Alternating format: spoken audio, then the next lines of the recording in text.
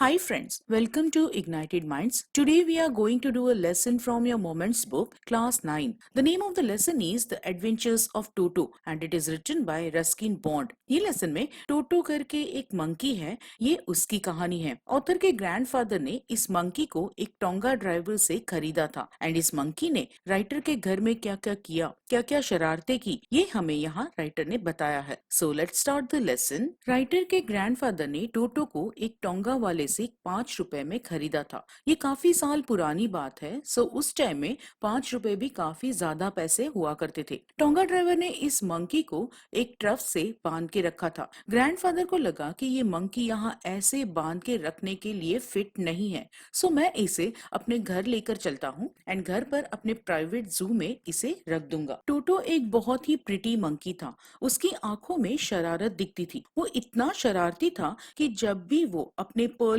White teeth दिखाकर smile करता था तो जो एल्डरली एंग्लो इंडियन लेडीज थी वे डर जाती थी। किसी भी वेजिटेबल या खाने की चीज में विनेगर या नमक डालकर धूप दिखाकर प्रिजर्व करते हैं तो इट इज पिकल्ड फूड या वेजिटेबल। टोटो के हाथ भी इतने ड्राइड अप एंड रूखे सूखे थे कि ऐसा लगता था कि they had been pickled in the sun for many years. Toto की फिंगर्स भी काफी तेज एंड शरारती थी एंड उसकी टेल उसके गुड लुक्स को और निखार रही थी। वो काफी अट्रैक्टिव दिख रही थी, बट टोटो के लिए उसकी पूंछ served as a third hand. वो अपनी टेल से किसी भी ब्रांड से लटक सकता था। अगर कोई चीज दूर पड़ी है तो वो आराम से अपनी टेल से उसे उठा लेता था। जब भी ग्रैंडफादर कोई भी नया बर्ड या एनिमल लाते थे तो दादी बड़ी नाराज हो जाती थी। सो इट वॉज डिसाइडेड कि टोटो को छुपा कर रखा जाए एंड दादी जब अच्छे मूड में हो तब उसे टोटो से मिलवाया जाए। उन्होंने डिसाइड किया कि राइटर के कमरे में जो छोटी सी अलमारी है उसमें टोटो को छुपा देते हैं।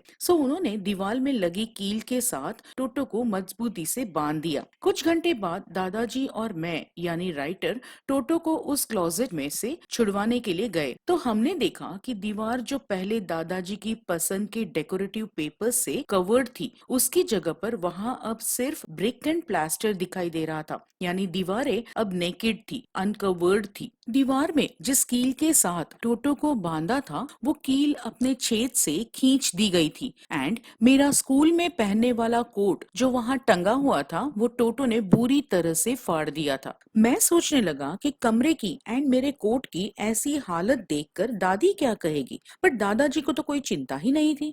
वे तो टोटो की शरारतें देखकर बड़े खुश हो रहे थे। ये तो बड़ा ही चालाक है, दादाजी ने कहा। मुझे विश्वास है कि अगर उसे वक्त मिलता तो वो तुम्हारे फटे हुए कोट के टुकड़ों की रस्सी बनाता और खिड़की के रास्ते से भाग जाता। टोटो के बारे में अभी भी घर में पता नहीं था। It was a secret. So Toto को सर्वेंट्स क्वार्टर में एक बड़े से केज में ट्रांसफर किया गया। ग्रैंडफादर के इस प्राइवेट जू में a tortoise, a pair of rabbits, a tame squirrel and थोड़े टाइम के लिए हिज पेट गोट, ये सब बड़े प्यार से एक साथ रहते थे। अब टोटो इतना शैतान एंड मिस्चीवियस था कि रात को उसने किसी भी एनिमल्स को जू में सोने ही नहीं दिया। नेक्स्ट डे ग्रैंडफादर देहरादून जा रहे थे सहारनपुर से उनका पेंशन कलेक्ट करने के लिए। सो ग्रैंडफादर ने डिसाइड किया कि वे टोटो को अपने साथ लेकर जाएंगे। Mostly the writer used to go with his grandfather, but इस बार वे दादाजी के साथ उनकी इस ट्रिप पर जा नहीं पाए। बट बाद में दादाजी ने जो कुछ भी इंसिडेंट्स इस जर्नी के दौरान हुए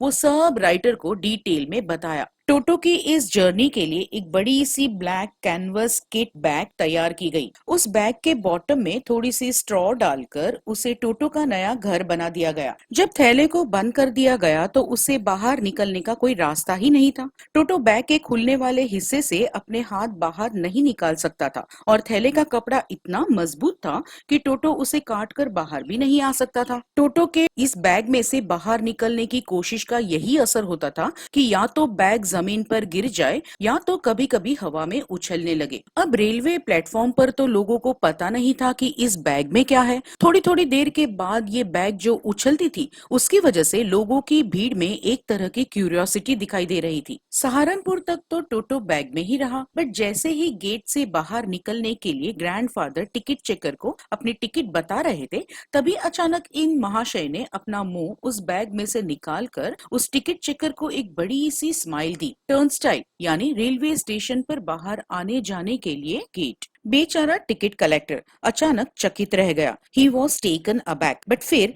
with great presence of mind उसने एनॉयड ग्रैंडफादर, चिढ़े हुए ग्रैंडफादर से कहा कि सर, आपके पास एक डॉग है and you will have to pay for it accordingly. दादाजी ने टोटो को बाहर निकालकर दिखाया और उस टिकट कलेक्टर को काफी समझाने की कोशिश की कि ये बंदर है एंड कुत्ता नहीं है। कुत्ता तो दूर, ये किसी 4 पैर वाले एनिमल की कैटेगरी में भी नहीं आता है। क्वाड्रुपेड यानी an animal that has 4 feet. But sir, बेकार। टिकट कलेक्टर के अकॉर्डिंग टोटो एक डॉग की कैटेगरी में आता है एंड ग्रैंडफादर को टोटो के किराए के रूप में 3 रुपीस देने पड़े। नाउ ग्रैंडफादर ने टिकट कलेक्टर से बदला लेने के इरादे से अपने पॉकेट में से उनका पेट टॉर्टोइज निकाला एंड कहा कि इसके लिए भी मुझे कितने पैसे देने होंगे, since you charge for all the animals. Now ticket collector भी कोई कम नहीं था। He took a close look at the tortoise, pushed it slightly, gave a happy and proud look to the grandfather and said, "No charge for this tortoise. It's not a dog." अब जब finally grandmother ने टोटो को accept कर लिया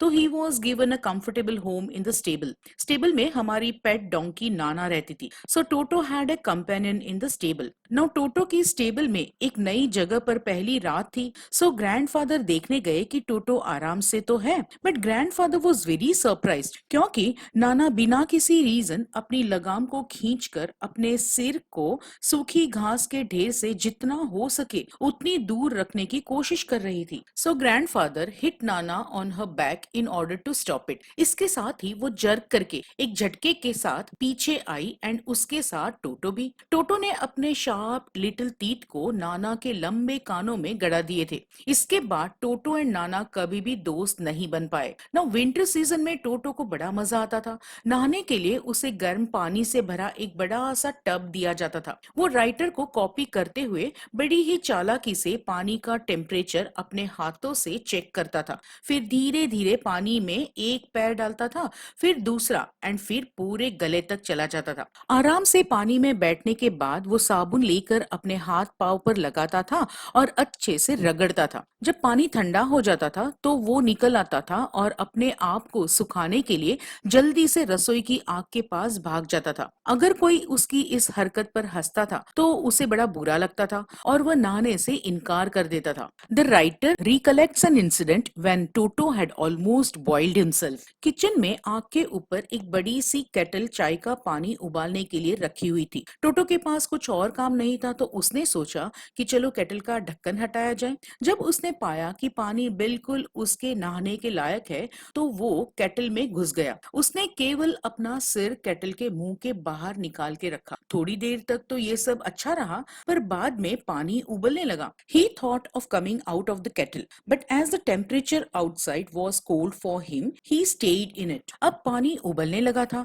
तो वो कुछ देर तक तो ऊपर नीचे उछलता रहा। थोड़ी देर बाद दादी आई एंड उसने जब टोटो को देखा तो उसने उस हाफ बॉइल्ड टोटो को केटल में से बाहर निकाला। अगर दिमाग में कोई ऐसा हिस्सा है जिसे मिस्चीफ करने का, शरारत करने का बहुत शौक है तो वो हिस्सा टोटो में कुछ ज्यादा ही डेवलप था। वो हमेशा चीजों के टुकड़े करता रहता था। जब भी राइटर के कोई चाची उसके करीब आती थी तो वो उसके कपड़ों को पकड़ के एंड उसमें छेद करने की पूरी कोशिश करता था। The writer recollects another incident when Toto created a lot of mischief. एक दिन दोपहर के लंच के टाइम पुलाव से भरी एक बड़ी सी प्लेट खाने के टेबल पर पड़ी थी। हम जैसे ही रूम में एंटर हुए तो देखा कि टोटो पुलाव खा रहा था। मेरी दादी चिल्लाई तो टोटो ने उन पर एक प्लेट फेंक दी। मेरी चाची सामने आई तो उसके मुंह पर पानी का एक गिलास आ पड़ा। जब दादाजी आ गए तो टोटो ने पुलाव की थाली उठाई और खिड़की के रास्ते से बाहर भाग गया। हमने उसे जैकफ्रूट की एक ब्रांच पर पाया। प्लेट अभी भी उसके हाथ में थी।